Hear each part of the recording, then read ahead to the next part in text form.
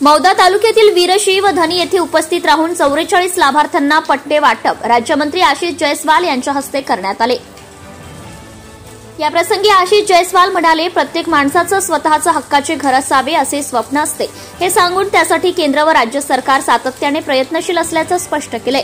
याच प्रयत्नांचा पुढचा टप्पा म्हणून आता आपण झुडपी जंगलाच्या बाबतीत जसे धोरणात सकारात्मक बदल केले, तसेच काही अटी शर्तींमुळे वंचित राहणाऱ्यांसाठी घरकुल धोरणातही सुधारणा करत आहोत।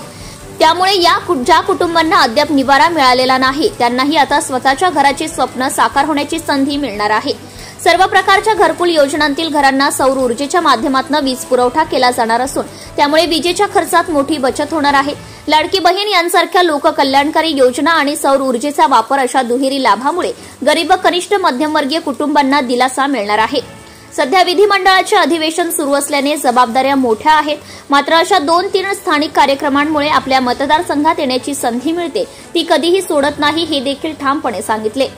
गेल्या 2-2.5 वर्षात गावोगावी जोडणारे मुख्य व पाणंद रस्ते मोठ्या प्रमाणात पूर्ण केले आहेत। आता शेती आणि शेतकऱ्यांच्या समृद्धीकडे लक्ष केंद्रित करत आहोत। सेंद्रिय शेतीला प्रोत्साहन देण्याची आमची भूमिका सातत्याने ठाम राहिली आहे।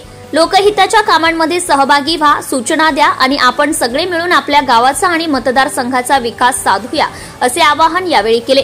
या प्रसंगी शिवसेना मौदा तालुका प्रमुख प्रशांत भुरे, मुकेश अग्रवाल, जिल्हा परिषदेच्या माजी सदस्या राधाताई, माजी पंचायत समिती मनोज कोठे, उपसभापती ज्ञानेश्वर चौरे, ग्रामपंचायत वीरशी सरपंच लक्ष्मी चौधरी, उपसरपंच पंकज वाणी, ग्रामपंचायत धणी सरपंच दिनकर नटिये, ईश्वर पिसे, श्रावणकर, मान्यवर व नागरिक उपस्थित होते। जनता टाइम्स जटा टीव्ही चॅनलसाठी राजू कापसे, उपसंपादक। Subscribe now and press the bell icon. Never miss an update.